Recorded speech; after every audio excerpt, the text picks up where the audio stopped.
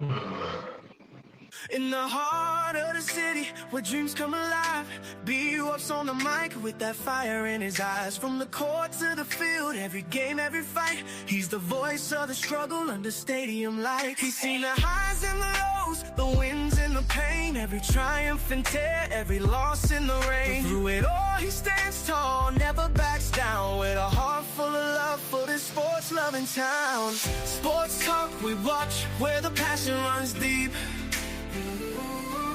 Every story, every glory, every promise we keep. Music. From the love of the game to the struggles we face, he's the voice of the people in the sacred space. Sports talk we watch, where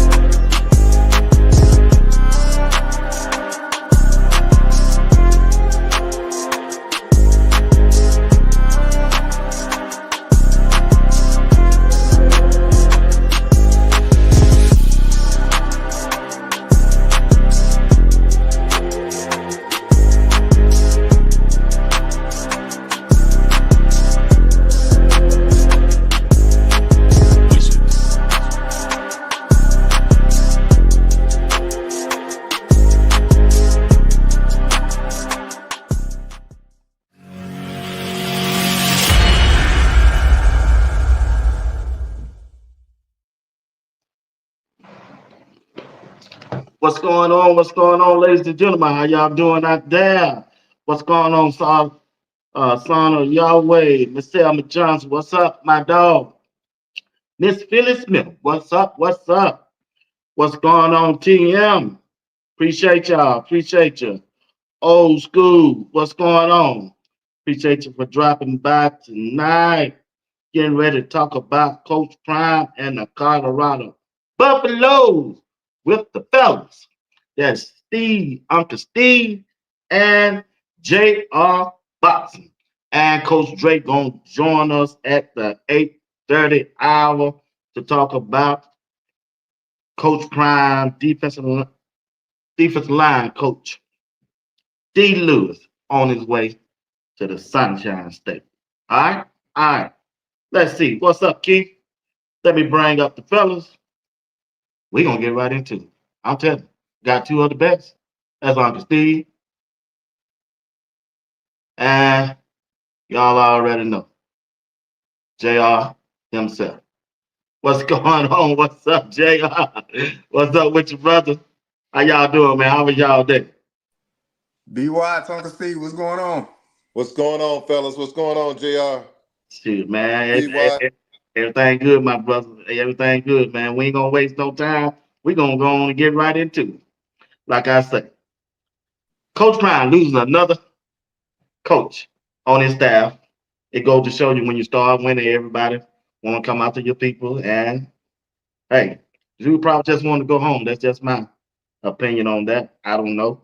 But I just want to hear y'all thoughts on D. Lewis going back to his hometown state. That's in Florida, the Miami Hurricane, to be a part of the coaching staff down there. JR, start us off. Yeah, BWatts, the story kind of write itself. You know, former player of the Hurricanes, a Miami native. So why not go back home, right? Florida native, why not go back home? I'm sure there's probably, some type of pay increase to some extent. But I mean, home is always home. So you don't need a GPS or a navigational system to get back home. So that, to me, that him going back to Miami, that's a blessing for him and his family, I would assume. So salute to Coach Lou for what he did, Coach D. Lou, and we appreciate your time here at University of Colorado and making those young men better. But hey, I understand business is business, and this is a part of business. What you think, Uncle Steve? Well, fellas, it reminds me of this here. I want people out there in podcast land, think about this. If you have a boyfriend or a husband, or if you're a husband, you got a wife or a girlfriend, and nobody else want that person, you got a problem. Just think about it. Just think about it that way. See, you got somebody that everybody wants. Now, if I got somebody and don't nobody look at them, man, either I need to check my glasses,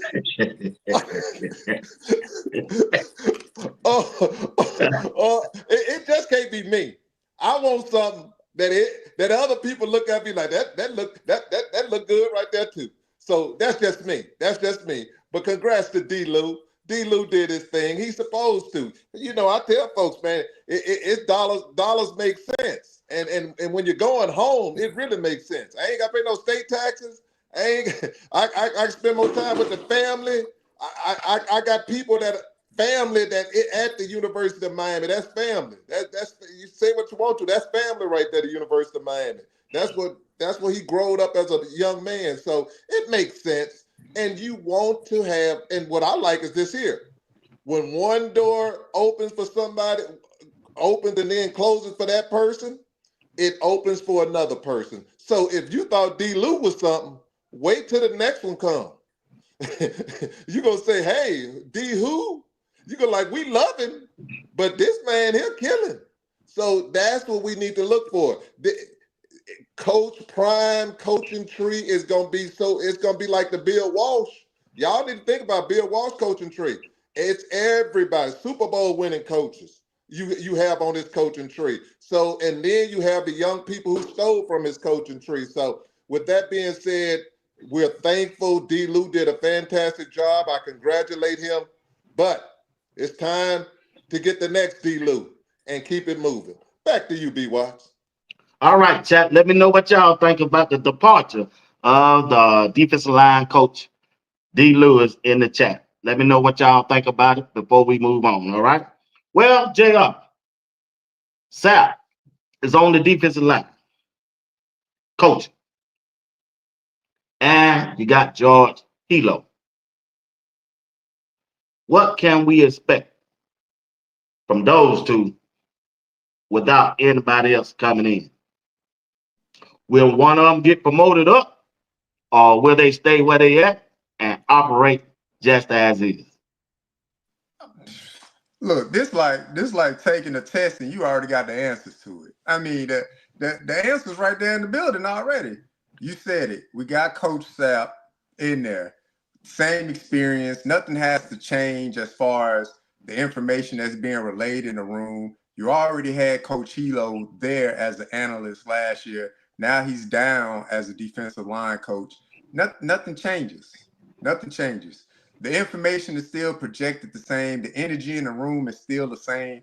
Absolutely nothing changes. So if I'm Coach Prime and I'm going to take the test and I already got the answers to the test, I mean, to me, that's a no-fail situation. That's the easy promotion to put Coach Sapp as the head of that room by virtue of experience, by virtue of recruiting. That's an easy answer to put in there. And then you put the icing on the cake by bringing in and already promoting Coach Hilo, to the outside linebackers coach, the end coach. Like I said, that's a great recipe. There's nothing missing from that gumbo, really. I mean, D-Lou is leaving, but there's nothing missing from the gumbo. There's nothing else that need to be added, in my opinion. I don't know about your gumbo, but I like all kind of meat in my gumbo. We gonna add something else in that gumbo, baby. we happy with old Sapp Meister, and I'm telling you, he gonna do a fantastic job. But it's like anything else. You need somebody else in that room. The good thing about having Sapp and Hilo is this here. They have relationships, kids that's there.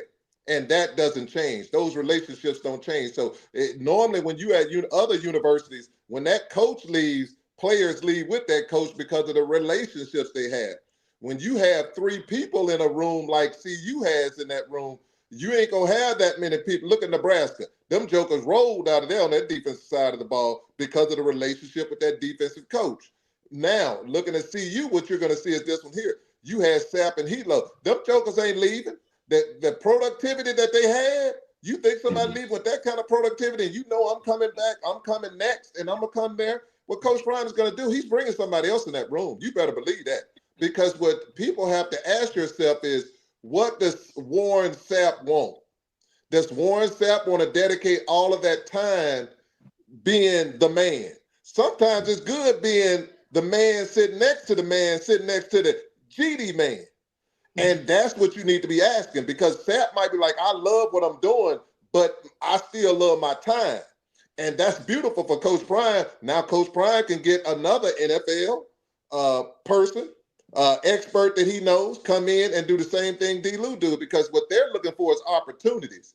That's what people are looking for, opportunities. And if you look at that tree that Coach Prime has, he got plenty of people that can come in there that really wants to do that. And it also does not occupy all their time because they split. And that's a beautiful thing with their coaches. You're going to see Colorado coaches, D-Lou going to have this situation. He's going to have a lot more time where he's going to have to dedicate at Miami than he had CU because of the people they had in there. Back to you, BWatts. All right, fellas. Hey, appreciate y'all take on that subject. Like I said, I got Coach Ray gonna come up and talk for about 15 minutes at the 8:30 hour, so we'll move on and talk to about something else before when he get up here. All right, JR, let's look at something else that I want to touch on. Don't get caught up in your feelings or nothing like that. When I think about last year, I did a top 10 video, top performance, top plays yesterday. I was just, man, all these plays these jokers make. But we really had a good time. But when I sit and think about it, going to work, I'm trying to figure out, we got good coaches, we got good players. How in the heck did we go 9-4, 9-3? I mean, I'm just reminiscing. And then I think about going forward. The question is, I want to ask you and Steve, where do we fit in the Big 12 this year as of right now? Without adding any more players, Shador gone, Travis gone, Shiloh gone. As a team-wise, where do we fit in the Big 12 amongst the BYU, Iowa State, Kansas State? Go ahead. I mean, simply put, what is 16 teams in the Big 12? So if you want to break it down in quarters or the thirds, look, I'm gonna say we're in the top quarter, top third, top half, however you want to break it down, however you want to slice the pie chart or whatever like that. We still gonna be in the top of the Big 12. So when it comes to it, we'll be up there with the Arizona States, the BYUs, all the teams that you already mentioned, BWatts. We're gonna be up there with those teams. We have that type of talent. We have that type of coaching staff to still be tops in the Big 12. When you go look at last season, I mean, you hear it all the time in sports. The best team doesn't always win the game. So we might have had the best team or the best players on paper, but you don't always win the game. Player 2 here, it reminds me of Kansas State. We came back, we pulled ahead, but then we gave up the long touchdown at the end. So that's just sports. That's just how it goes. You can have the best players, you can have the best team on paper, but you don't always win the game.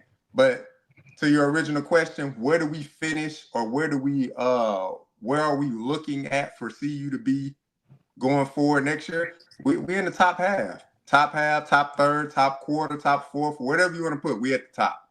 We in there. Well, let me repeat, BWatts, I'm going to answer this question. Where are we at right now? Because I think that's where you at. That's the question you asked. Where are we at right now?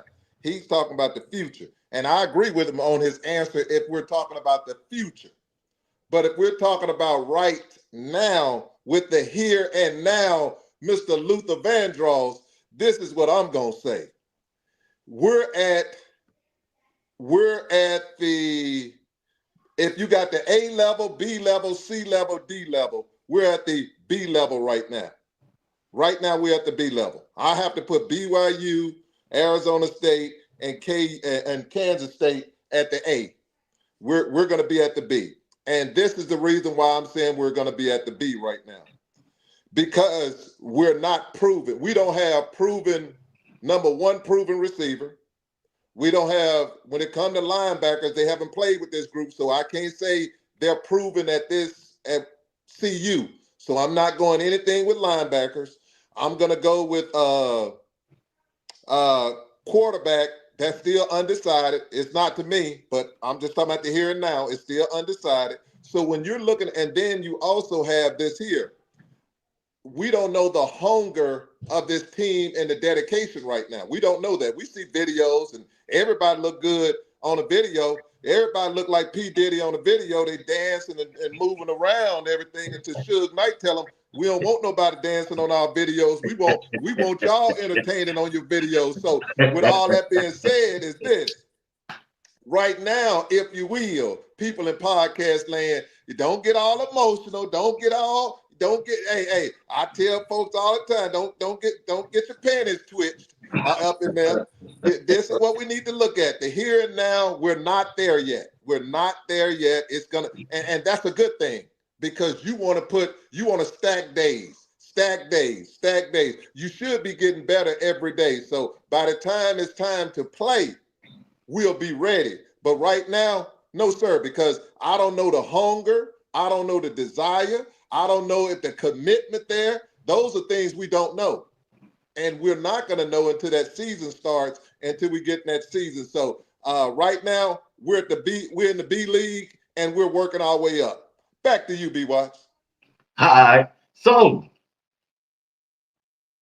you led me right into the question. Brought on a running back coach, Marshall Faulk. At Hall of Fame. Can Marshall Faulk really improve the running game for CU this year? JR? He never been a Absolutely. coach. He never been a coach. Yeah, absolutely. I mean, with a pedigree like Marshall Faulk and the situation where we were with the running game last year, there's no way to go but up.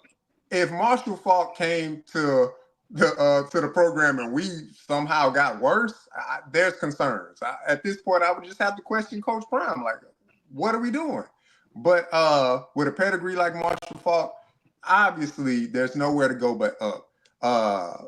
A true running game would be magnificent for the program to have, but understanding the run scheme, how to read blocks,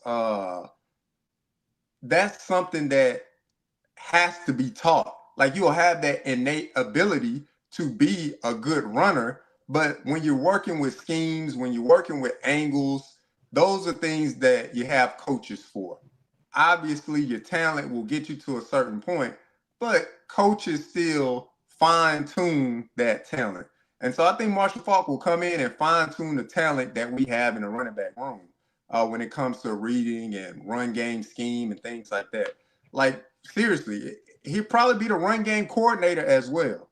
So that's something to be on the lookout for. I would never discredit the experience that he has. He has nothing but experience to bring to those young men and to that program. And even Pat Shurmur. I mean, there's a history with him and Pat Shurmur. So I'm sure there'll be some conversations had as far as like, where are we going to go with the run game and how can we benefit or use the skill level of our backs to get the most out of the running game this year? That has to be a conversation. And I would safely assume that is going to be a conversation.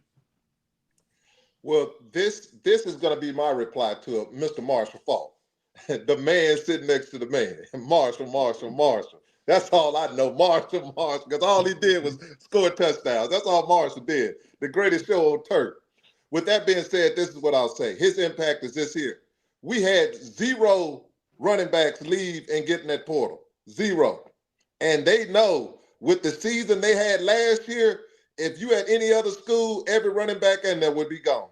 Because they're like, man, they ain't run that football. We ain't looked at no football. We ran the football like the Kansas City Chiefs. They dog gonna show they run no football. They didn't even think about running the football. The only person who was running for Kansas City was Mahomes, and he was running for his life. Now getting back to Marshall Faulk. Marshall Faulk is already impacted because he's kept that running back room intact. That's huge. With all of that talent they have in there, that's the first thing. The next thing is mindset. Those young men now, they're going to believe because when Marshall's telling you something, he's done it. And he's done it at the highest level. And you can go back, those young kids can go back and look at video. Hey, Google him. That's what I tell you. And you're going to see ain't no player on his team other than Brandon Hood come close. Ain't no player on that team other than Brandon Hood that can do a couple moves that Marshall Faulk did. And I'll put it that way. Now, with that being said, this is what I'll tell you, BWatts. Marshall Faulk, the only way he's going to have a huge impact for CU is this. His voice, that he's able to tell Schumer, man, we throwing the ball too doggone much. We got to run this football. Now, if he has a voice like that where he can come, hey, coach, we got to run. We're gonna get our quarterback killed, and we're not helping our defense out. We need to run the foot. We need to be balanced. And you can do it any way you want to. Throw strings to the running back or however you want to. Pass it that way. But we have to run.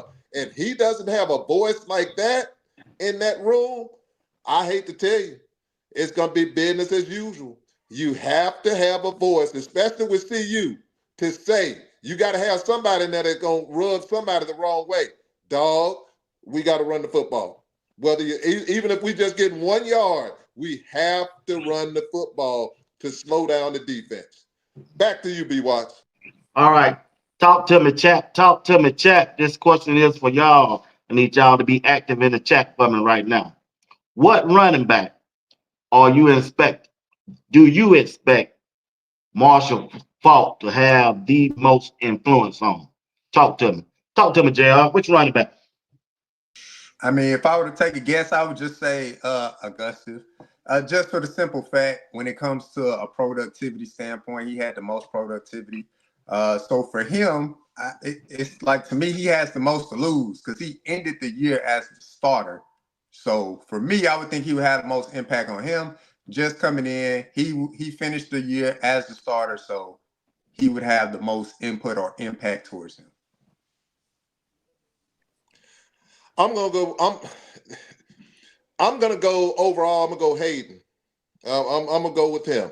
I like Augustus, and I really like Hood. I'm never gonna go away from Micah. They're gonna be successful, but this is where I'm going.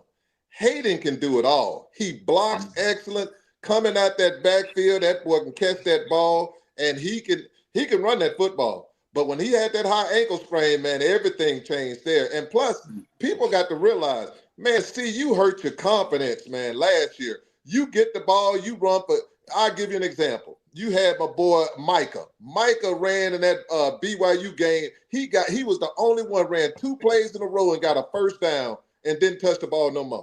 You know, it kills you. It demoralizes you. I can go with Augusta. Augusta go and get a big run. And next thing you know, he'll get the ball one more time and get 2 yards, and they go strictly away from it. So what you have to realize is they weren't really given an opportunity last year. People say, yeah, no, they did. No, they did not. With that, if you knew your offensive line wasn't as strong as you supposed to, you needed a tight end in there to help that running back out, and you needed to put the running back, instead of putting him beside 2, which that didn't help the running back because 2 would hold it too long, then look and see what he want to do with it compared to Salt. Watch Salter. Salter putting that ball in that belly and like, boom. We got a decision where the running back gets it and go, or he gone. So you're going to see a total difference, and it helps the running back out because the running back gets the ball, and now they can make decisions. When you hold that ball, the running back has to make a decision. I don't want to pull it too much because if you do, we're going to fumble. And they don't want to do that because 2, like, man, what you trying? Don't take this ball from me and pull it back in there, and then it gives the defense time to hit you. So it's all those kind of things, BWatts, but I'm going Hayden. And what you're going to see, they need to be healthy because we can say Hayden or Augusta's going to be the first one out there. He better stay healthy because if he get injured, he's not coming back in again because you got four other dudes that's right behind him. So whoever get the start, they better put themselves in a position where they don't get injured. Because if they get injured, them ankle sprains and knees, they can get ready to sit on that bench for a while because they ain't getting back out there. Back to you, BWatts. Well, I was just going to say that. You took it right out of my mouth. I said, whoever get the nod in Georgia Tech, just pray you don't get no ankle sprain or nothing like that. Because if you do, we'll see you in game number 11 when somebody else get injured. You know, messing with Coach Prime. Coach Prime ain't playing with you now. I don't gave you a new strength and conditioning coach. Now, what you were doing in that way? Yeah, should have been in there trying to get your body right. Yeah, but check this out. Also, this help me out, chat. Help me out. Y'all started off, chat. Y'all started off. Which player on the offensive line, other than Jordan Seaton, can help the running game this year? Talk to me, JR. Let me say it one more time for the chat. Which offensive lineman? I know some have came on. You haven't seen them yet and proved themselves, right? But little bucket, you have, man. which, which, which offensive lineman other than Jordan Seaton can help the running game get off to a good start for Coach Prime and the Colorado Buffalo? Talk to me, JR. Cause little bucket he killing himself, bro. I'll take a little bucket answer for 500 BWatts. I mean, no, you can't. Man. Hey, don't let little bucket do you like that, bro. We need to get little bucket up here. Oh, look at this feeling. Even this feeling saying, "Dang, that's hard." Look. Uncle Steve said it. Well, last year y'all tried to sell me Tyler Brown. Last year, I remember y'all trying to sell me Tyler Brown. Nah, I didn't try to sell Tyler Brown. But look, Uncle Steve said it earlier. There's much to be proven. If any room of all of the rooms for that football program, it's the offensive line that has the most to prove. So, I mean, you got to give me one person. I got to give you one. Can you give me one person, JR? Give me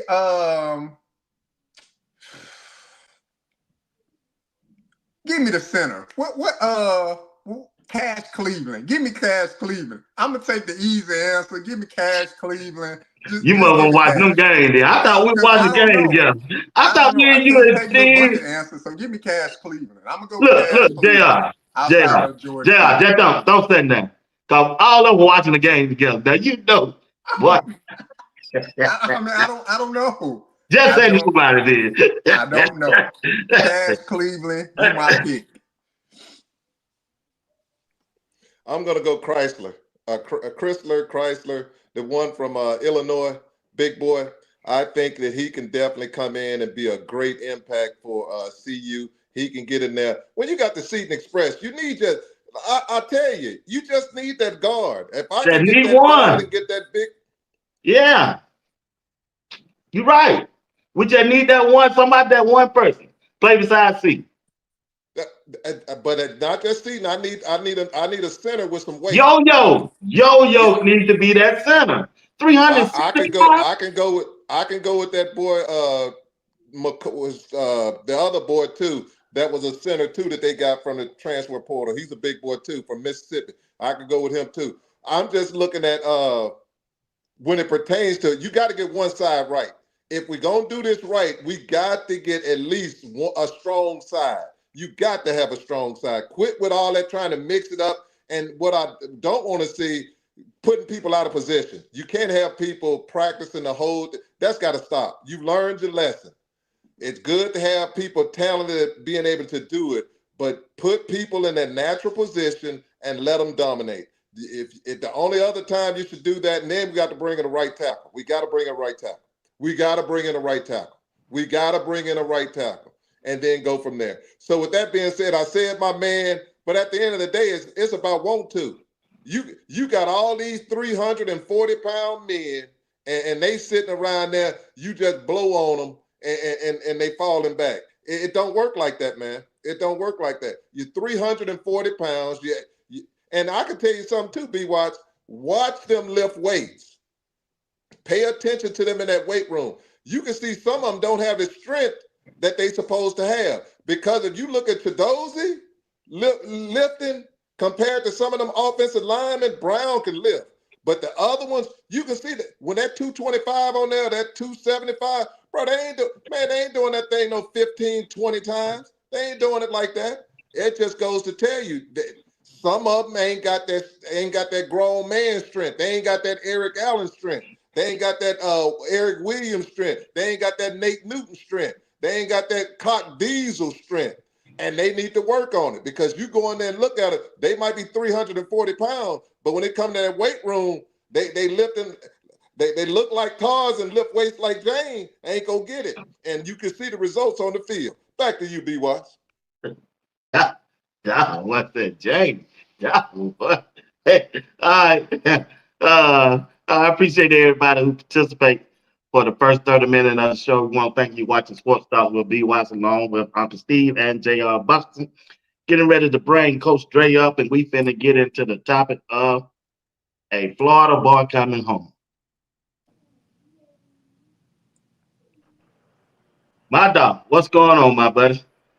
What's going on, fellas? How y'all feeling this evening? Blessed? We're doing okay. We're doing Great. okay. All right, hold on, Bill. I got a super chat. Let me get off from Miss Phyllis Smith, the boss. The boss said, okay, Uncle Steve, I'll come get on the line for the running back. I'll fix the problem. Okay, then. Coach Brown, you need a quarterback? Set you. Let me stop. Coach Drake, you got your Florida boy. Yes, It's been reported that D. Lou, offensive line coach for Coach Prime and the Colorado Buffaloes, are planning going back to his home state to coach the same position at the Miami Hurricane. Let me hear what you got to say on it, Doc. Well, this is what people don't understand, and I've seen people go crazy today. He going to the same situation at Miami that he leaving. The Miami Hurricanes have a defensive line coach who is a gold jacket in Jason Taylor. The people in Miami, let's just be frank down here. The people in Miami are upset. They're upset that you have greats like him coaching, and they're not coaching at the University of Miami. They're going to other places, and they're making these programs great, and we continue to be mediocre. So you got people like the great Uncle Luke coming out and saying, hey, he was one of the main guys who said, hey, we need, y'all see what D. Lou is doing up there in Colorado? Them the kind of guys we need down here home. And so it's been a rallying cry. They've been fussing and fighting amongst one another. And it's a couple of big time boosters who done straight told Cristobal, hey, bro, if you ain't doing what we need done, hey, we gonna stop giving. And so this was a move more about Miami than it was about Colorado. D. Lou wasn't seeking Miami. Miami came seeking D. Lou. So D. Lou was happy where he was. I think he was content. But when Miami came a calling, it's a chance to go home, a chance to bring the luster back to your program. What people don't know is when we hired Swayze, them people in Miami went crazy. Because Swayze, unbeknownst to y'all, Swayze had been telling them, he'd come back. I'm willing to come back and coach and take over. They wasn't doing it. So this is more trying to appease the alumni and appease the masses. Like I told people today, we fine.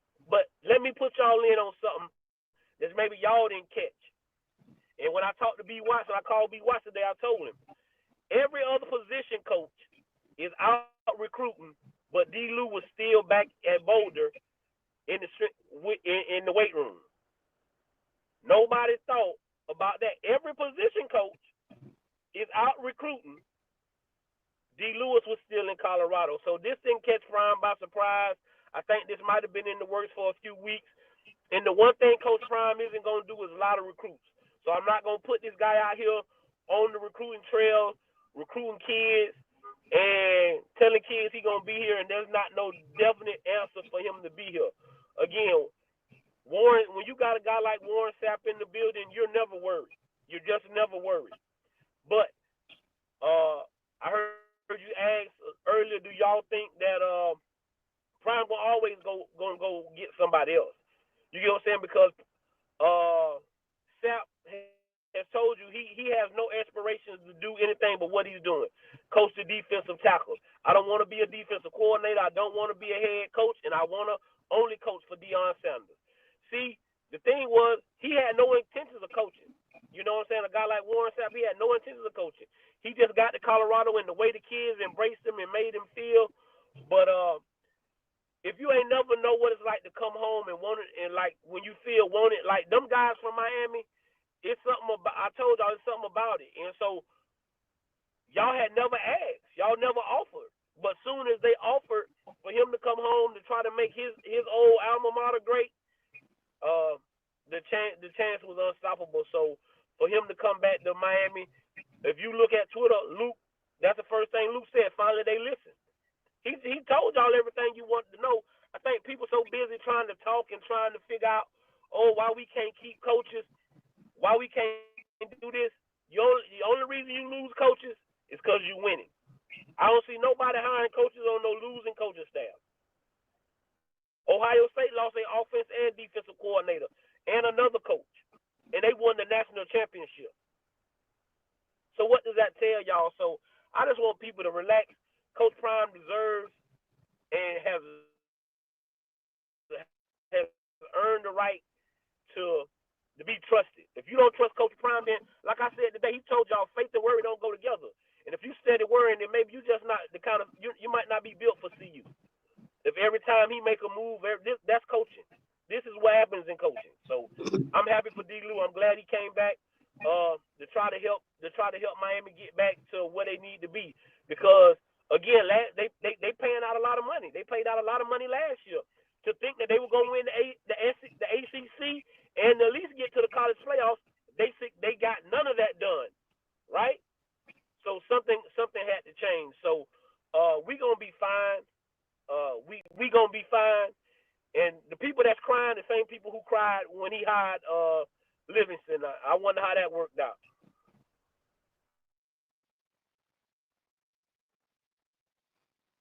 Okay, all right. Appreciate that. Take that, Coach Drake. Hang out with us for a few more minutes. All right, JL. Let's start this thing back on. You ready? Need you to wake up. Finna wake y'all up. Finna wake y'all up. Finna wake y'all up. Finna wake y'all up. Wake y'all up. Look at here. Man, let's see. Where that. Now, I was looking. The linebacker, Reginald Hughes. Here we go. So 1-0 each week, every week. when you look at the linebacker group, JR, I know they knew. Who got a good chance of wearing that green dot? Reginald Hughes, Martavius French, Webster, Garcia, any other linebackers? Which linebackers right now? I know we haven't seen most of them play yet, but if JB, he the veteran, which linebacker got a chance to wear that green dot on the head? Man, that's a tough question, BWatts. Man, if I'm going to go with a linebacker that has opportunity to wear it, give me JB. I'm going to go with JB just from a standpoint of he's been in the program. He has the upper hand when it comes to defensive scheme. JB got to want it, though. But give me JB. If I had to pick right now, give me JB to wear the green dot for right now. That's not a definite. I'm just saying for right now, just due to the upper hand that he already has in the program and in the playbook. Hey, this is a good one. I like I like my boy French, but French, they ain't gonna understand what French saying. He gonna be like, man, they gonna like, dog, what did he call? What did he, man, Hughes, you got to get on here because he said this man, and he gonna hit that man, he gonna hit that loser, he gonna hit that Memphis on him. They'll be like, God, dog. Hughes, come on over here, man. We need an interpreter. We got to have an interpreter because he over here. We don't know what he's saying, but it sounds good. That's my man. But sometimes you be on there, you be like, what, huh? He called a. Oh, that's what he called. Okay, so I'm gonna go Hughes. Because I'll look at it that way. And if not, this is what's going to be impressive. If Montrez Walker get there and he have it on his head, that just lets you know his intellectual, how smart he is. Right. If a freshman can come in there and he understands that he was well coached. So that's what I'm gonna look at. If that Walker boy come from Georgia, if he come there and he gets that, it lets you know his football IQ is high and he was well coached in high school. So those are the things I look at. And if that happens, see, you're going to have a 4-year start at linebacker that's going to be off the chart. But with that being said, I'm going Hughes, and I have to say Hughes because my boy French, I love it. But he like my boy Hustle and Flow. Man, we going to have to do this here, man, because, man, we trying to get this music sold here. So back to you. This on you, Coach Dre.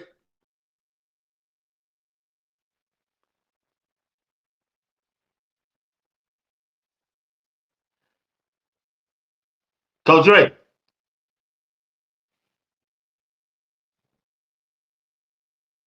Yes, sir. Yes, sir. which linebacker? Montrez Walker, Hughes, You can hear me? Montavious French have a chance, you think, with that green dot? Or JB? Or Webster? I don't Even think though we none of ain't them seen going. all of them play yet. I don't think none. I don't think none. I don't think none of them gonna wear it. I got Preston Hodge wearing the green dot on his helmet. That's who I got. I got the guy playing the nickel. Uh, I got him Woo. leading the defense. I don't got none of them guys wearing the green dot.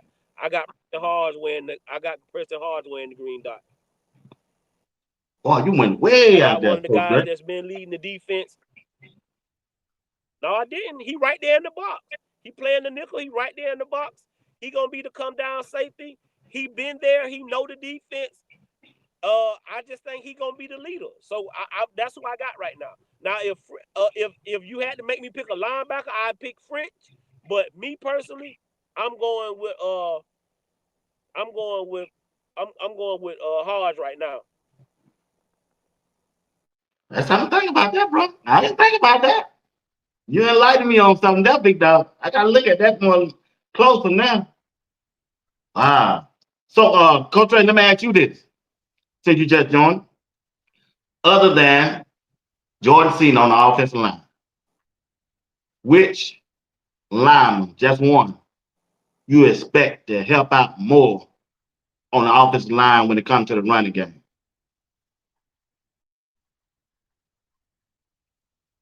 I got the kid McGill that just got there. I watched this tape. I've watched all the tape of all the linemen, but he got the best tape I've seen. Uh, so I just think he's gonna be able to come in there and uh and help us out immensely.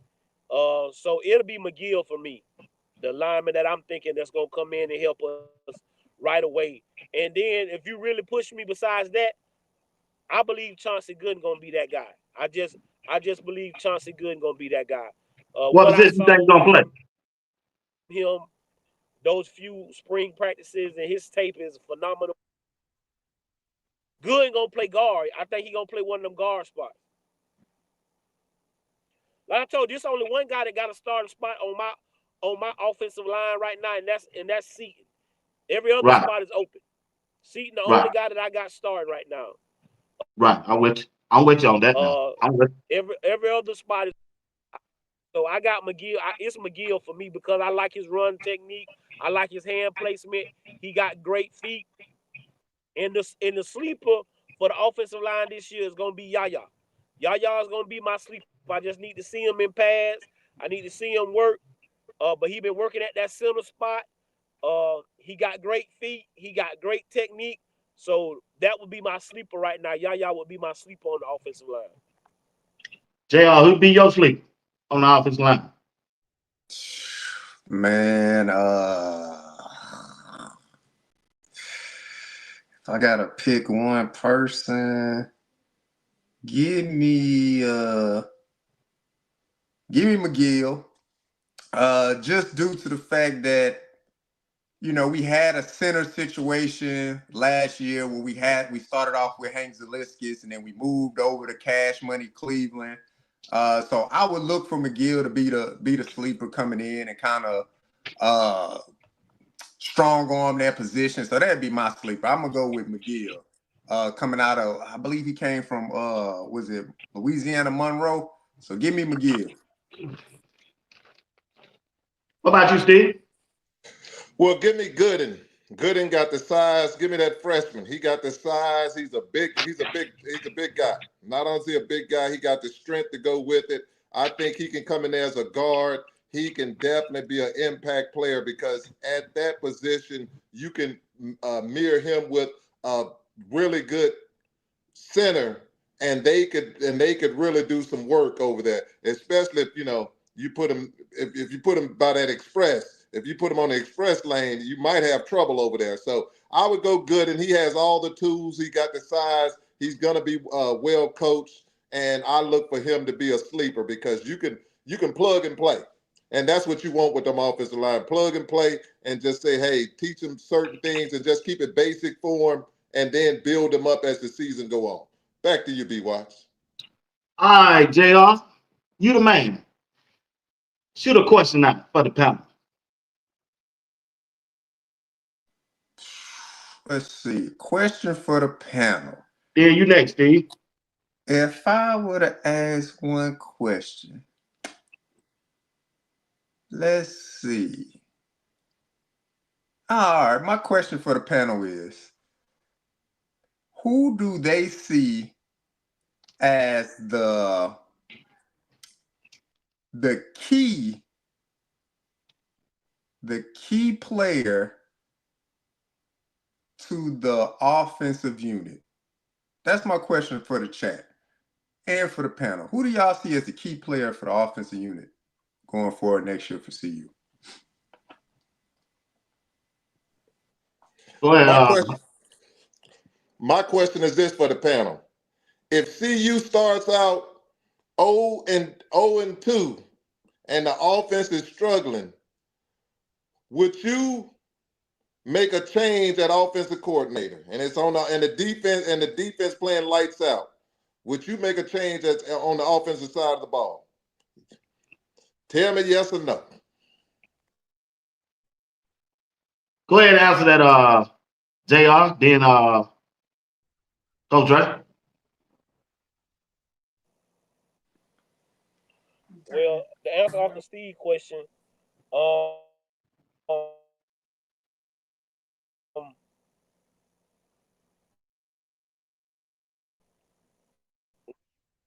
when you when you talk about changing offense, we not executing.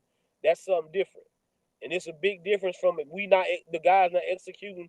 Uh, do I 2 games now? You asked me that about 4 or 5 games. Yes, but not after 2 games. Uh, and especially the first two, especially the first two. So no, I don't think that. The person that's gonna hold that offense together, you see him now. It's Seaton. Seaton, that offense is run by Seaton.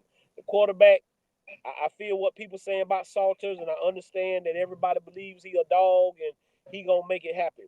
But see, the Seaton, as Unc say, the Seaton Express is what we ride, and that's what we depended on. You see, he the guy getting the guys the extra work. He the one putting in the extra work. And he the guy that he gonna be the face of Colorado football. And so for me, the guy that's gonna hold offense together would be C. JR, did you answer? Well, that was my question as far as the most important player for the. But yeah, I'm with Coach Dre. Jordan Seaton, to me, the most important player. I know a lot of people probably will pick Salt to the quarterback, but for me, it's Jordan Seaton. He the key. It seemed like he came in and he became an instant leader on the offensive line last year. As you know, as bad as the offensive line played in spurts during the year, Jordan Seaton shined above all. That's why I have him as being like a key player for the offense going forward next year. And really, he's the one consistent player from an offensive standpoint. You look at O Miller, really didn't get the consistency at snaps. Running backs really didn't get the consistency as far as like starting and things like that. Jordan Seaton was the main guy outside of Shador and Travis. So that's why I picked Jordan O. And then what was the other question from Uncle Steve? It was something about switching out who? He said the offense get out to a slow start and they go 0-2. We start off on. Would you consider changing the OC?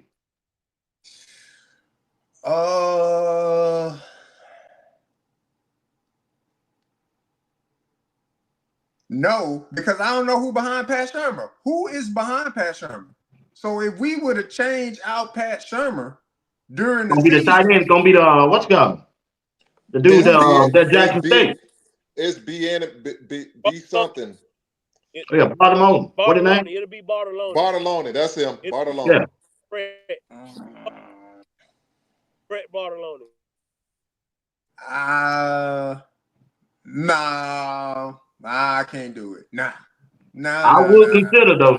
I can't. If I want to win that Big 12, this me right here. If I don't lose the first two games, that means Georgia Tech and Wyoming. I think. I don't. I think about it. I really would think about it. Delaware. 2 games, yeah, I think about it. He didn't say do it. Delaware. He said consider. So I'm using that word consider. It means thinking about it. Yeah, I think about it because, man, look at him. Depends on that coach. But Steve throw it out. I ain't asking him no nothing there. Don't you ask that there, Steve, tonight. But man, you always do. You try to win the Big 12? It would be the question. Hey, let me table that, Big Steve. Can we table that? We'll come back at the end. I got a question right here. That's a tough one because I mean, I you would have to can't look go at 0-2, how they lost. Like if they losing by a few, if it's some blowouts, then absolutely. Like, come on, man. A loss is if you lose by 1 point, that's a loss. You lose by 100, that's a loss. You got to consider that, man. You can lose by 1 point, but still have 500 yards total offense. Like a loss is a loss. Game where your defense not stopping nobody at that point. So no. My statement was the defense is dominant. The defense is holding them down to 10 points, and they lights out. They Philadelphia Eagles back when they had Reggie and Jerome Brown. So let me ask you this then, Steve. Who the quarterback is? Salt the quarterback, baby. Well, I wouldn't change the offensive coordinator. I just have to change the quarterback. Okay, gotcha. That's what I would do. Gotcha. Either way, whoever go 0-2 in that quarterback, yeah, I'd switch them out. So when you watch Kansas City play Philadelphia and they had Mahomes at quarterback, who would you change out, Mahomes or the offensive coordinator? Andy Reid. He didn't make no adjustment. He called the play. Didn't make not one adjustment. He called the play. So who you gonna blame? But look here though, Steve. You got to understand, they didn't use the right. They did the CU. They didn't use the right protection for Mahomes. They kept throwing them 4 wide receivers out there instead of putting that tight end in. They didn't blitz them not one time. They did a BYU. They didn't blitz not one time. You got to add to it. And plus, they didn't run the ball 5 times the whole game. So, you know. Sound like CU to me. That's all I'm saying. Hey, let me get that question out here for Marvin for the panel. The question is, started off Coach Dre, then JR, then Steve. And once they get through with the question, Steve, prepare yourself for another question, and you also, JR and Coach Dre. All right. Marvin McKenzie said, question for the panel. Who's going to be the starting right tackle? Coach Dre, JR, Steve. Right now we don't. Right now I don't have a definite answer for you. I'll be sitting up here telling y'all a lie if I told you Houston, because Houston's not going to be healthy. If Houston was healthy right now, I would go with Houston, but he's not. So right now, if you push me, it'd be the guy that we got from the guy we got from Ole Miss, or it'll be one of the transfers. Nobody that's on our roster right now. Nobody that's on our roster right now. And I think we'd be hard pressed if we going out there with a sophomore and a true freshman that are tackles. So we would be hard pressed if we got that young of an offensive line. I think that's what the ideal is, to end up having Seaton and Gooden. I mean Seaton and Smitty extra tackles, but I just don't think that's gonna happen this year. But right now I have no idea. I need to see what the spring look like, and then I might be able to tell you something a little more. Hey, hold on, BWatts. I seen down in the chat, y'all say Bartoloni not a good offensive coordinator. He was terrible at Jackson. All he did was go 12-0, 12-1 as the offensive coordinator, and Shador had his best season. Y'all gotta really stop undermining these coaches. Don't make no mistakes about it. When Pat Shermer steps away, Brett Bartoloni will be the next offensive coordinator at the University of Colorado. He will be the next offensive coordinator at the University of Colorado. They did not keep him around for no reason. He knows what he's doing. Coach Prime believes in him. He trusts him. So y'all stop with that coaching slander, man. That guy is a great coach. He's done nothing but work hard and done the best he can. But go ahead, JR. Go ahead, JR. Man, I mean, if I gotta pick somebody, I would pick myself, but I'll have to get my weight up to get out there on the offensive line. So I'm gonna go with Carter Smith. And the reason why I'm gonna go with Carter Smith, because to me, like it seemed like he wanted. He wants to be in that light the same way Jordan Seaton was in that light. All right. So it's one thing to want it. You gotta back it up, obviously. You gotta have that dog in you. You gotta come ready to play. But I think Carter Smith saw, all right, Jordan Seaton is doing this. That can be me. And if he can emulate 70% of what Jordan Seaton did last year, then I put him out there. That's me. That would be my pick if I had to pick somebody. Well, my pick is this here. I have to go with what Coach Dre said. That person's not there right now. You won't see them till after the portal. And that's no knock on anybody else, because I don't want to go and say, hey, this is me. I'm talking about a right tackle that can come in and dominate. I ain't saying he's going to be the best in the Big 12, but I'm talking about you're going to bring in a big boy that can get on that side and handle theirs, similar to what Seaton doing on that left side. If you're talking about winning, and I'm talking about big boy football, Coach Prime, them going to have to go get in that, when that portal comes up, they're going to have to get in that pocket, and they're going to have to pay for a right tackle. And they're going to have to pay some good money for it. Because at the end of the day, if it's winning, you better have that left and right going. So that when you go in there, you play them big boys like we did Kansas State and BYU, the way they pound that ball against us and against other teams, we need to be doing the same thing, because that's going to be our way to the Big 12 championship. And we're going to have to spend that money for that right tackle. So that person is not there. You can't wait on the freshman, because right now Jordan Seaton is different, man. IMG is a professional football league. They teach there. And those families that commit to going to IMG, they're putting big money into their kids to say, hey, we're making an investment. And those kids realize this is going to get us to the next level. This ain't we just going to IMG for college. No, they're going for the NFL. And those kids know the majority of them going for the NFL, the ones, certain one with that talent going for the NFL. And you don't see too many, if they came from IMG like that linebacker came from IMG, them boys start when they come. They're going to start at their program. So all I'm saying is, and no knock on the rest of the kids, they are outstanding. They're going to be great linemen for themselves. But right now, they're not there. They're not there. I don't see them. I'm doing this here. I don't see them. Ooh, and that's not a knock. And they could prove me wrong. And I'll be like, yeah, my bad. My bad. If you prove me wrong, I'll salute them. But for right now, you blind. You can't see. You need to wear some glasses like DMC. Back to you, BY. This dude here said he still think, I think JR brought this up too. I still think we need to get a nutrition for the players. What y'all think, Coach Ray? I think JR mentioned that. I don't got 3 emails on that, make it so bad. Yeah, I mean, look, for all we know, they have.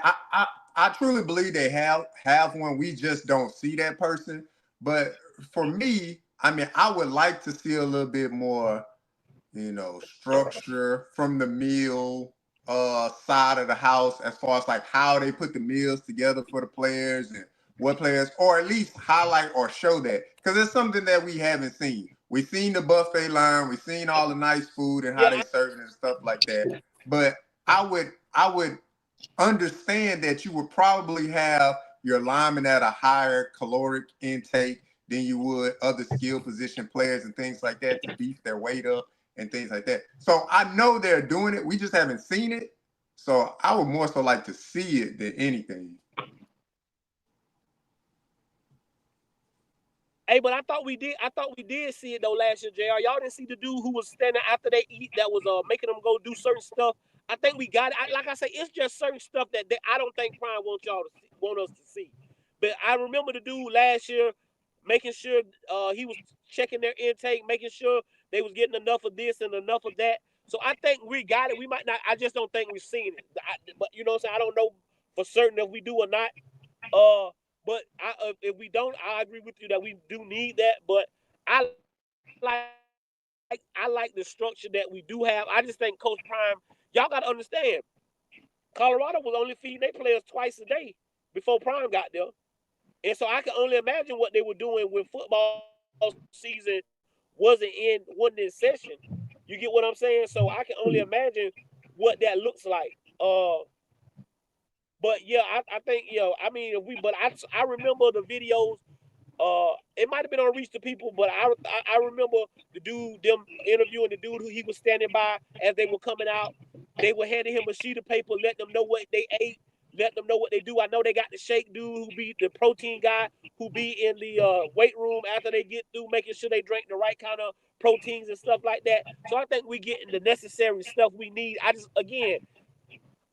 know this for a fact that they don't show y'all everything because we go crazy over dumb stuff. So I ain't no way I would show y'all everything when y'all get mad over little incy wincy stuff. So but if we don't have it as a thing, I think we need to do it because most schools do. Go ahead with your question, Steve. Well, people, you're saying, hey, we need a. I watched Jordan Seaton on his thing, and they definitely had the kitchen watching what he's putting into his body. You can have a nutritionist, you can have a doctor, you can have anybody you want to. If you're not disciplined as an individual, you talking about some big boys. If you're not disciplined, I tell folks all the time, man, I love me some ice cream at times. So you can get that butter pecan and you can get that nut and butt cake, and I mix it up and everything and do my thing. So if you don't have discipline, I don't care. You can know all that nutrition. And you talking about 18 to 22-year-old young men, and you done put some money in their pocket. It's different when Ray Lewis then went to school. They went with one pair of pants and a shirt. These boys here, you put money in their pocket. And when you put money in somebody's pocket and all they do is spend, they going to buy a little bit of everything. They gonna buy foods that they shouldn't be eating. I looked at Jordan Seaton, and Jordan Seaton got a mindset. His mindset is 600 and some days he's going to be in the NFL. Yeah. So he's putting stuff that's supposed to go into his body. He's lifting the way he's supposed to, and he's committed. That's not saying the other guys ain't doing that. I'm not saying that. So don't go and Go on, y'all. You gonna have that one person on podcast land. If I say right, that's some gonna say left. So it don't make a difference for that person. I'm talking about the other 9,000 people there.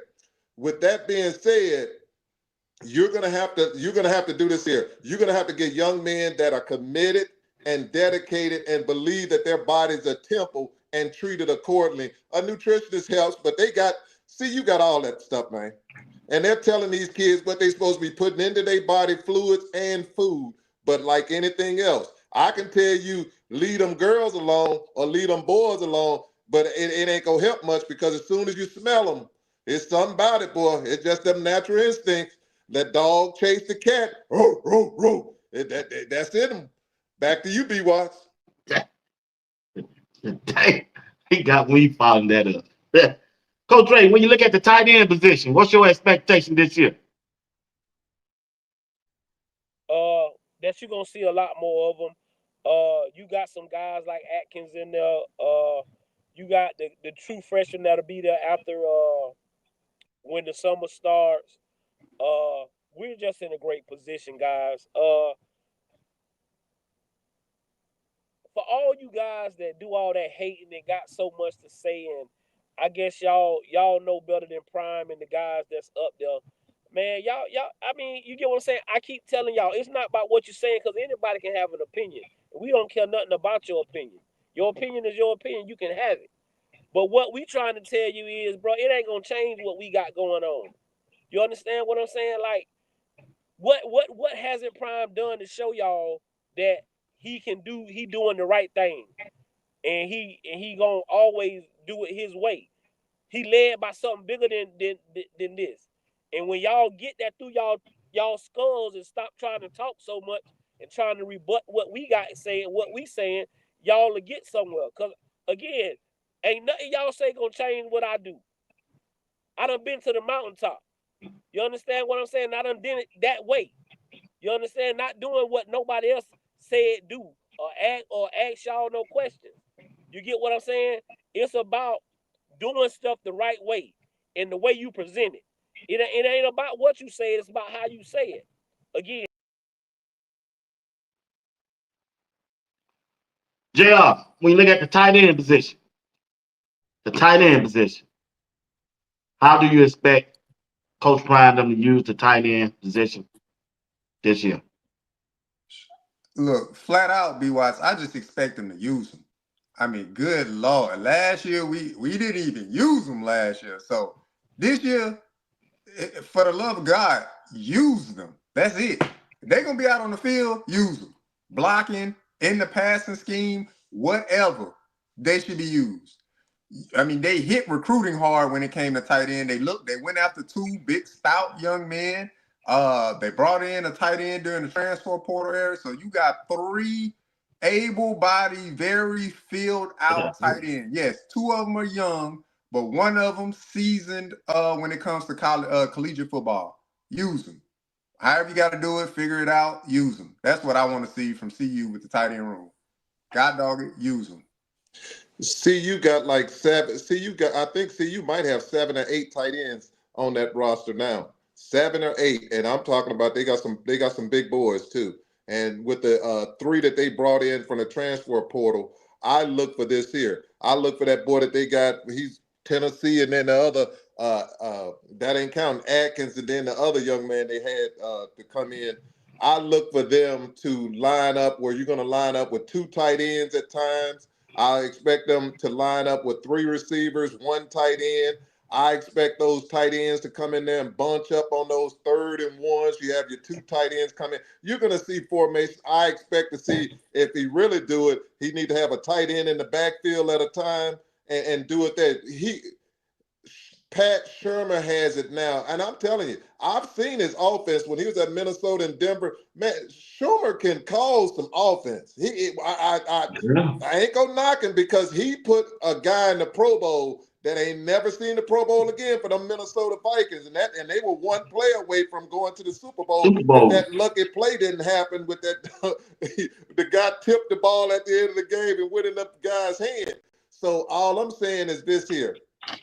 If you're looking at it, The tight ends are going to have a wonderful opportunity to be great, and they're going to really help CU. And the key is this here. The tight end room is the key for an effective running game and balanced offense. That's what I see. And I expect the tight ends to do some good stuff. And then if you do it right, you're going to definitely keep, if they do it the way I expect them to do it, CU recruitment of tight ends is going to get at a higher level because you're going to start seeing them recruit like Kansas State and those type teams that get those really good tight ends that come in there and want to come in there because they know they're going to get the ball. That's what I expect from CU. Back to you, BWatts. All right, Miss Phyllis got a super chat here. Yeah, yes, a Judas. God dog, getting on my nerves. Judas, who is it, Miss Phyllis? You gotta let me know who is it. I try to get rid of him. Who is it, Miss Phyllis? You know I ain't gonna let nobody borrow my females up here now. Let me know who is it. Coach Dre. When we look at, JR, then Coach Dre, then Steve, defense coordinator, Robert Livingston, going into his second year as a defense coordinator. What do you expect and how? We say I want to put this so I can make it fair, not being so down. What do what would you like to see him do more this year that he didn't do last year as a defense coordinator? Call a cover 2 or cover 3. I mean, for crying out loud. Look, I get it. We got some guys that are exceptionally skilled. And when I say exceptional, they are really skilled on the outside. But if you put them on the island all game, you leave yourself open for some mistakes. Put they behind in some cover 2, cover 3, and utilize their skill set in a different manner. That's what I would like to see. And earn that doggone extension that you got. 1.5, 1.6. Let your boy hold a little something. But yeah, man, but cover 2, cover 3 every once in a while. I mean, golly, because that cover, god dang, man, the man was killing us at some points. So I don't want to see our linebackers, although I believe our linebackers are more athletic than the previous linebackers that we had last year. But I don't want to see them beat on a wheel route again because we playing man-to-man, things like that, when it could be, better disguised or better covered in a cover 2 or cover 3. So play some doggone coverage outside of man. That's what I want to see. I mean, you hit it on the head. I think that he kind of picked up on it late in the season. When you have Travis, I think that gives you give you a little leeway, and you think you can do that a little more. I think because we don't have Travis this year, I still love both of the corners we got in DJ McKinney and Hood. I just like you say, I think that, but I just want him sometime to be a little more aggressive on and keep them guessing on first and second down. I think we were kind of we start lighting people up down on third down, but I want us to kind of switch up the momentum, kind of hide a few coverages, like Jr. just said. Might make it look like we in man, but we roll to the cover 2, we roll to the cover 3, things of that nature. Just stuff that happens over time of coaching, and I think he'll see that, he'll get that evaluated. So that's a little bit of that's about all I want to see because he makes great adjustments. There was not one game that we went in at halftime and we didn't come out at halftime and we hadn't made adjustments. And I think that's key to him having a great staff.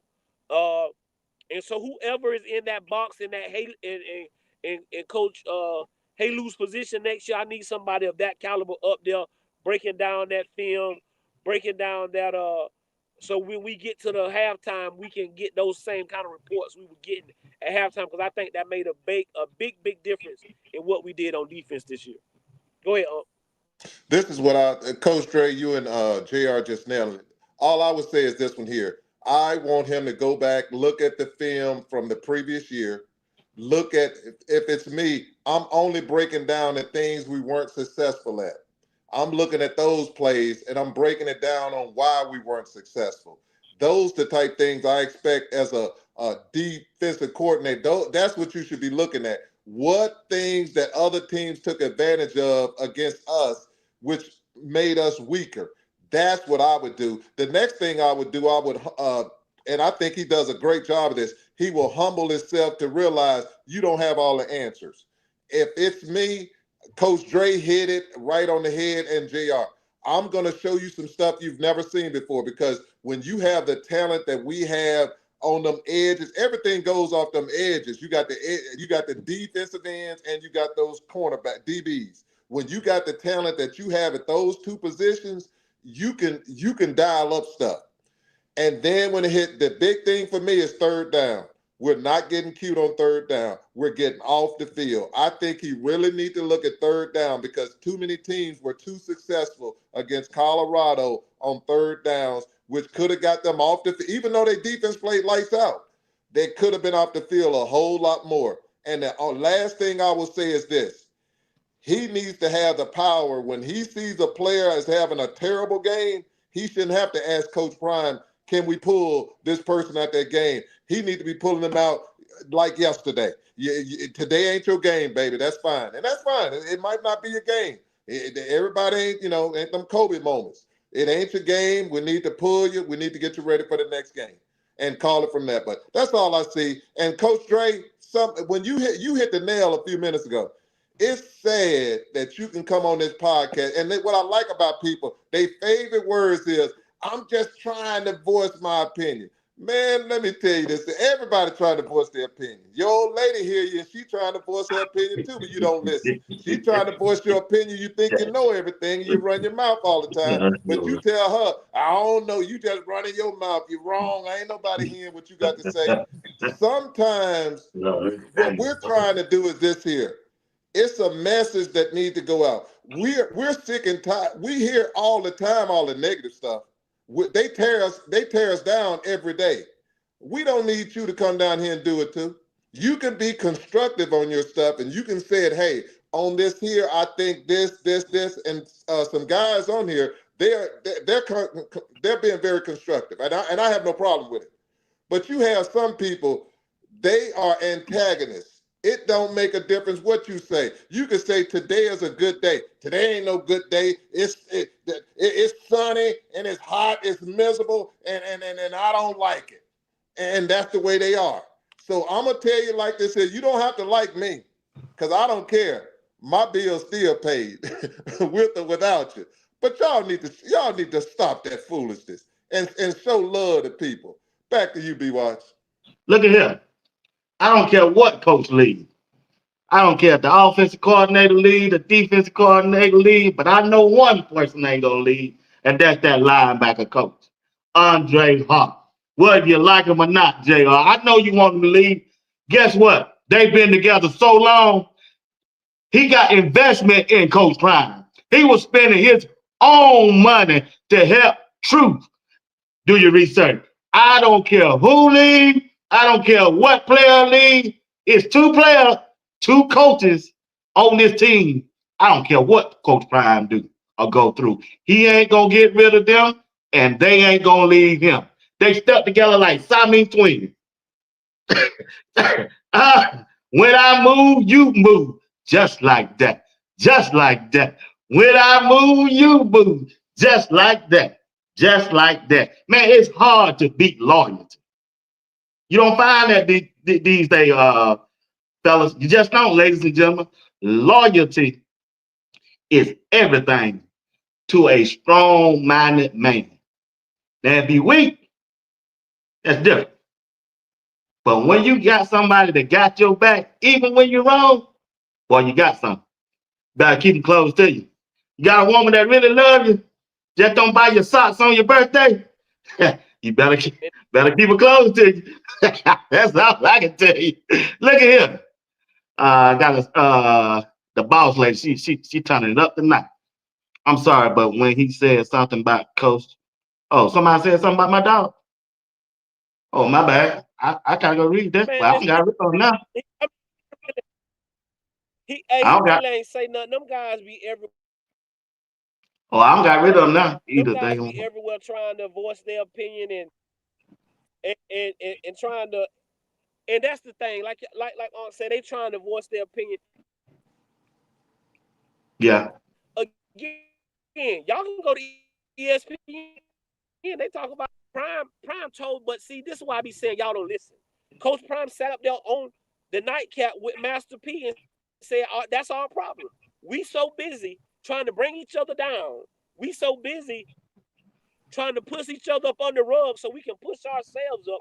Hey, listen, what y'all fail to realize is, again, I keep telling y'all, if I come off of here today, I ain't gonna, that Coach Dre that you see on this screen, it ain't gonna change. I'm going right back out that East Side High School tomorrow. I'm gonna get on my boys behind like I did today because they made me mad, and I'm gonna still be trying to change young people's lives. Let me tell you, I'm gonna tell y'all like I told them today. When people stop talking to you, you better start getting worried. Long as I'm talking to you, long as I'm giving you advice, as long as I'm showing you care, you know I care. But when I stop talking to you, when I start letting you just go do dumb stuff, that mean I don't care no more. That mean it don't matter to me no more what you got going on. And this the thing. So when Prime was winning at Jackson State, and y'all would, like I say, I've been around for a while with Prime. I ain't just jumped on the bandwagon. You understand what I'm saying? But why when we was 4-8 and we was losing, y'all thought he cared about what y'all thought then? When y'all said he was stupid for doing this and doing that, y'all thought he cared about what y'all thought then. So what makes y'all think he care now? Because we don't. He don't. He gonna do things his way. Oh, don't you can't win games getting through the transfer portal. Now everybody getting kids through the transfer portal. You get what I'm saying? And it just goes to show y'all that sometimes, again, it's not about what you say, it's about how you say it. You could be right. And if you're right, that's good. And then the one thing, guys, is even in this society is y'all see BWatts say, we gonna protect these ladies on here because ain't nobody gonna come on here, talk to these ladies that's been down since BWatts started this and talk to them no any kind of way and think you gonna just get away with that. Cause that ain't the way we was raised. You got some older gentlemen up here that, like you say, that just didn't happen. That just didn't happen. You just don't talk to women any kind of way or like you would do. Like if you got, like she say, if you got something like that, don't bother me. It don't bother me because, like you say, I'm okay. I'm gonna be me. But don't come on here and try to ruin my brother's show because you feel like you need to get you a point off. Hey, you can turn your camera on and you can start your own podcast show and see if people come watch it. And you can say what you want to say. Now, if you don't get no if you don't get no people to come watch it, now that ain't on us. But you get what I'm saying? So y'all know what we gonna do. We've been doing this for the last 3 years, especially us three, and now with BWatts these last 2 years. Man, we ain't finna change. People, hey, what y'all know about me and my crew right here is y'all seen people come and go, right? Right on. We don't see people come and go. We still here. We must be doing something right. All right, guys. I'm gonna get you out of here in 5 minutes. Check this out. What's your expectation this year for Colorado Buffalo football team? Start me out, JR. Chat. What are y'all expectations? Whatever it is, it don't matter. The record, whatever you think, or whatever you got to say. What's y'all expectation of Colorado this year? I expect them to be a more disciplined team and a more physical team. That's my expectation. I want them to be more disciplined, more physical. I want them to be like Miss Phyllis in the chat. I want them to take them gloves off and roll them shoulders. Boom, boom, boom, boom, boom. That's the type of action I want to see from CU next year. They need to be disciplined and they need to be tough. That's what we need from them. Because our Superman, the guy with the cape, Travis Hunter, our other phenomenal quarterbacks, Shador Sanders, they gone. So that discipline and that toughness is going to count even more. That's what's going to matter. So we do that. I think that's the recipe, like everybody's saying in the chat, to win the Big 12 for sure. What you're going to see is, like he said, a more disciplined team, a more hungrier team. Because right now they got a chip on their shoulder. They know people doubting them. They know that people don't think that we going to we can do what we can do because, like he said, we don't have Superman. We don't have Superman on our team no more. But what I want is I want consistency up front. I want consistency up front. If we get consistency up front, I think everything else will fall into place. Everything else will fall into place. If we can get consistency up front, I think our defense is gonna hold us down all season. I think that's all gonna be our strong point, and there's nothing wrong with that. The Ravens won a Super Bowl like that. I think the Giants also won a Super Bowl like that. You know, Alabama's won a couple of national championships that way based on what they could do on their defense. All we're asking the offense to do is be consistent, put together drives, uh, not have three and outs. We need to have drives. And even if sometimes we might not get points out of them, we can get 6 or 7 play drives out of drives, and we can consistently move the ball. Uh, but I just want consistency and, like he say, discipline out of the team this year, and I think we'll get that. I expect to see all three phases of the game. And that means your offense, defense, special teams. And when you utilize when you're going to have a dominant defense, and when I'm saying dominant, I mean a defense that can win games.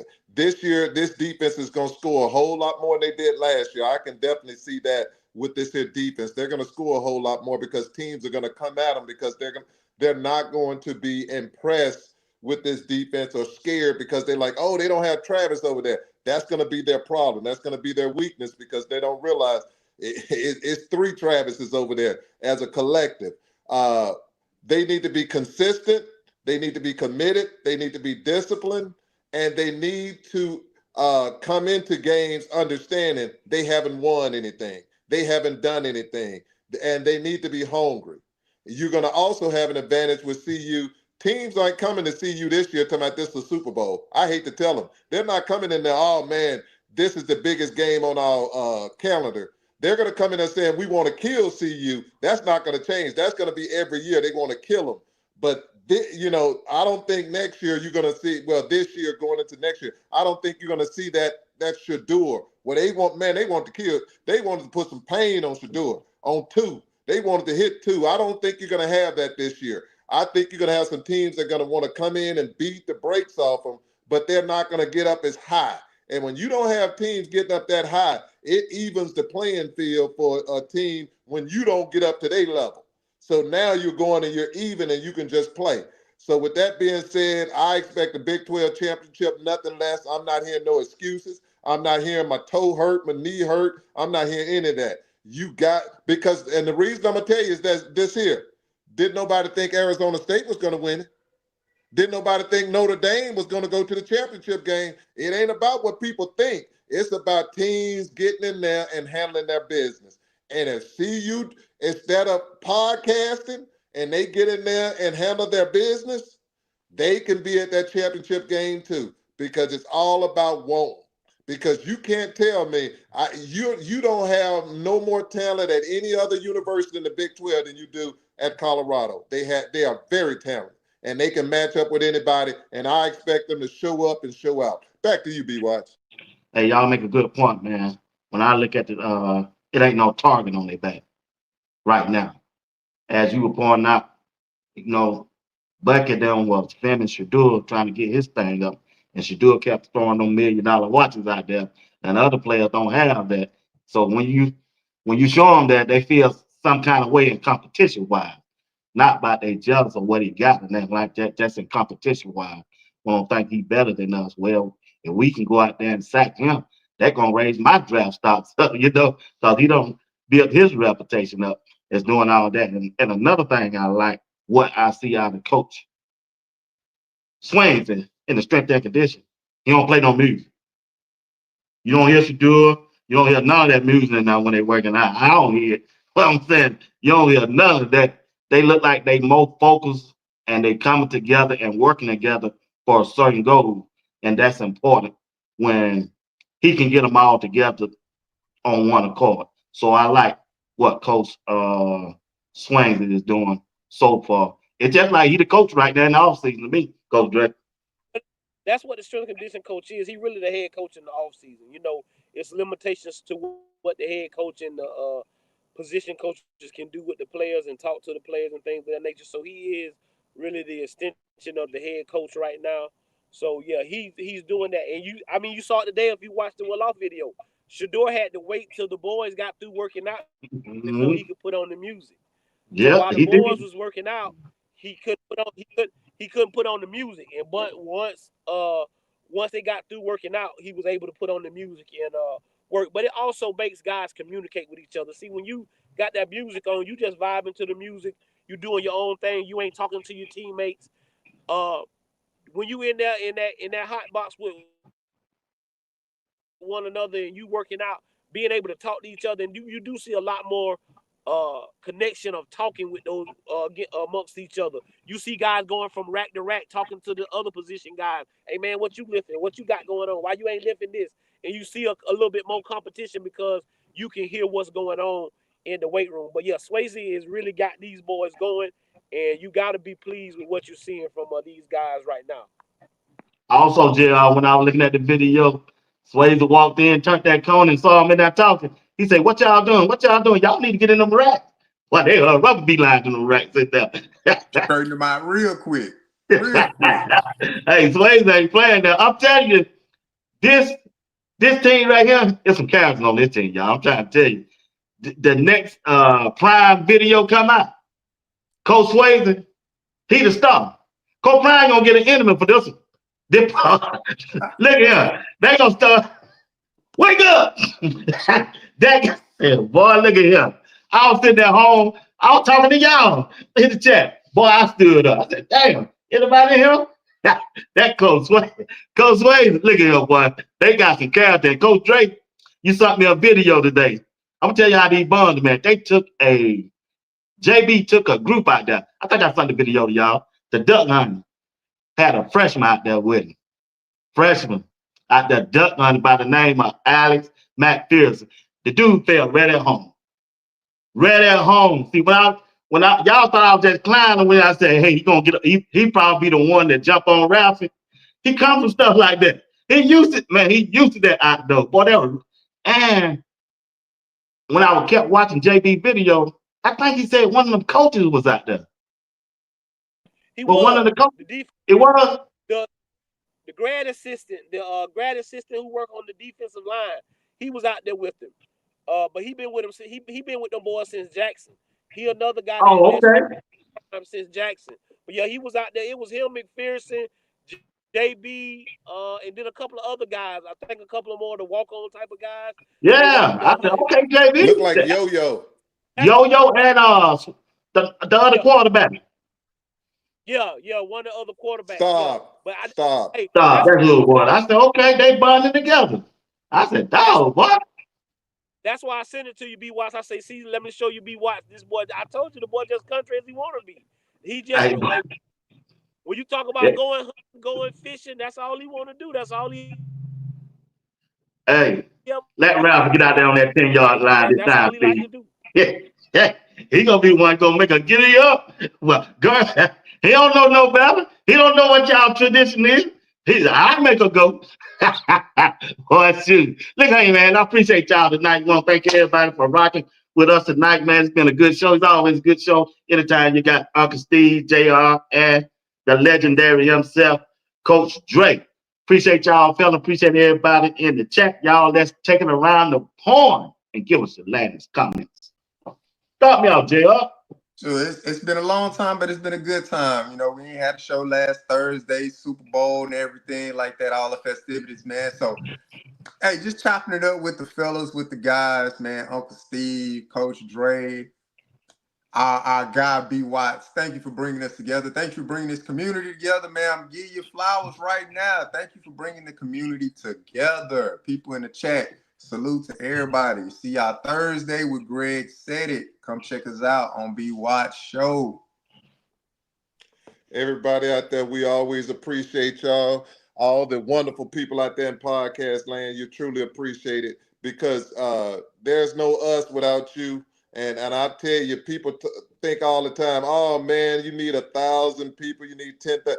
Just give me 5 or 6 good people. Just give me 5 or 6 good people, because them 5 or 6 good people move things. They make the world change.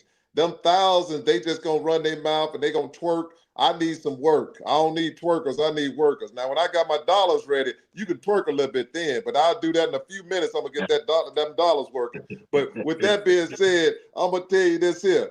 We enjoyed y'all. Y'all always have a good time. I want you to have a smile on your face because it's snowing here in Maryland. I'm talking about snow. We got snow day. Y'all got the, some people used to snow bunnies, but we got real snow. And that's when that man sitting over there, when he was up there in Colorado, he had snow bunnies. But we got real snow out there. So we got snowman. With that being said, y'all have a great time. Enjoy yourself. And thank you, BWatts. Right back at you, Coach Dre.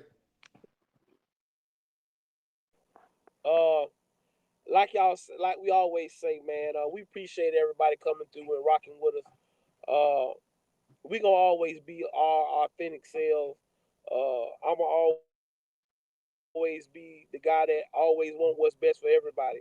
I always tell you I'm just a nobody trying to bless somebody. And everybody want to say you stand on business and you stand on business and you stand on business. So you can stand in purpose. And then you can stand on business. Because what's business without purpose and principle? A lot of y'all just be like Art said, we don't care if it ain't nobody but 5 or 6 people in here. We gonna do our thing. We gonna talk to them people. We gonna treat them just like they everybody, like they somebody, because everybody is somebody to us. We love, like I said, we love these people in this chat because a lot of these people been rocking with us since we got started. You get what I'm saying? They wherever we go, they there support and they hold us down. So if y'all think we gonna turn our backs on the people that support us for people that just coming in here to run their mouth, that just ain't happen because that ain't how we built. That ain't how we made.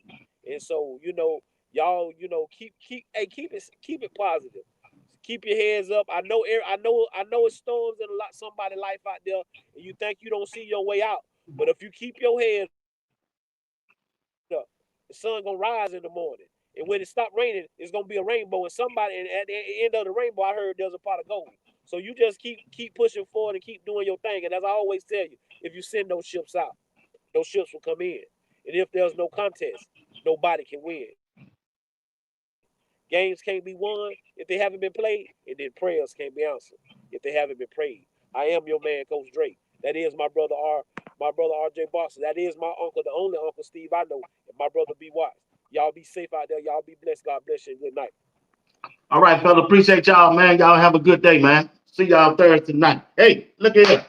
Appreciate everybody once again for rocking with me, myself, Uncle Steve, and JR Boxing. And we want to thank the guest tonight, Coach Drake.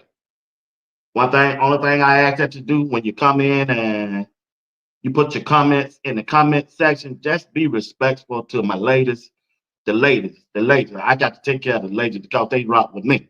You know that I'm faithful to a woman, y'all. I'm just sorry. Yeah, I don't like that disrespecting and being negative all the time. I ain't built like that. I wasn't raised like that. I always have take care of a woman. I don't need no woman with money. I'm the man. I'm the man. I'm a man. I was just raised like that. You can ask anybody I don't date or the person I'm dating now. I used to be mad. I'm paying for everything, and I'm gonna voice my opinion. You're not gonna respect a lady around me. I'm just built like that. That's just me. That's just me. But anyway, I appreciate each one of them. I really do. Because you don't have to come over here and watch what I do.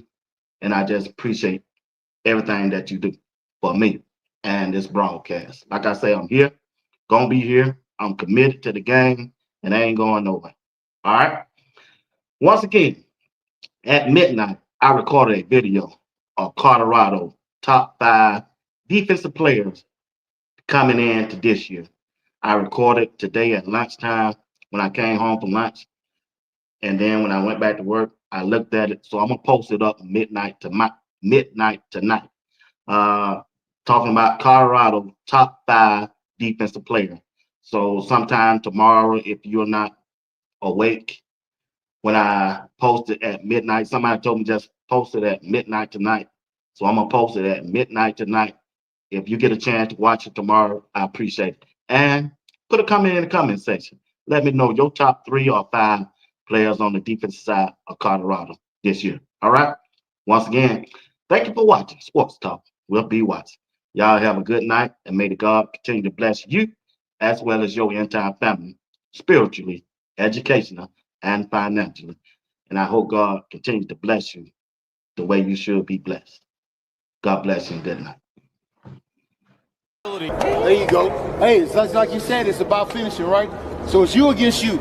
That's what it's about. It's you against you. It's about nobody else. It never has been. You against you. Did you get better today? If you did, get better tomorrow than you did today. Keep climbing. Keep climbing till we reach our final goal. You against you. That's it. It ain't nobody else. It ain't got nothing to do with nobody else but you. It was on the name on your back. Make you proud. Everybody, let's go. Let's get in. Yes, sir, Coach Hart. I will make the name finish. All right. Buffs on 3. Buffs on me. 1, 2, 3. Buffs! International championship. See the use of the tablet on the sideline. 1-0 each week, every week. What I do, having the ball in my hand, I mean, big shout out to this whole team for helping me and preparing me. I just went by left sideline. Over the shoulder catch. Touchdown. Up the middle. Hurls himself into the end zone. Touchdown, Liberty. Caden Salter. Prescott down. Something shaking up. He could have went by the rim. The room is a big Rifles, end zone. Over the shoulder catch. Incredible throw. Caden Salter.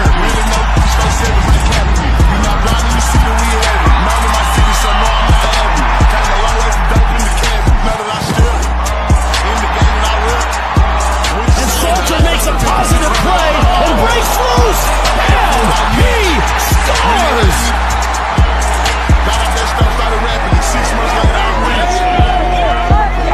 Our MVP. Hey, yo, bad play.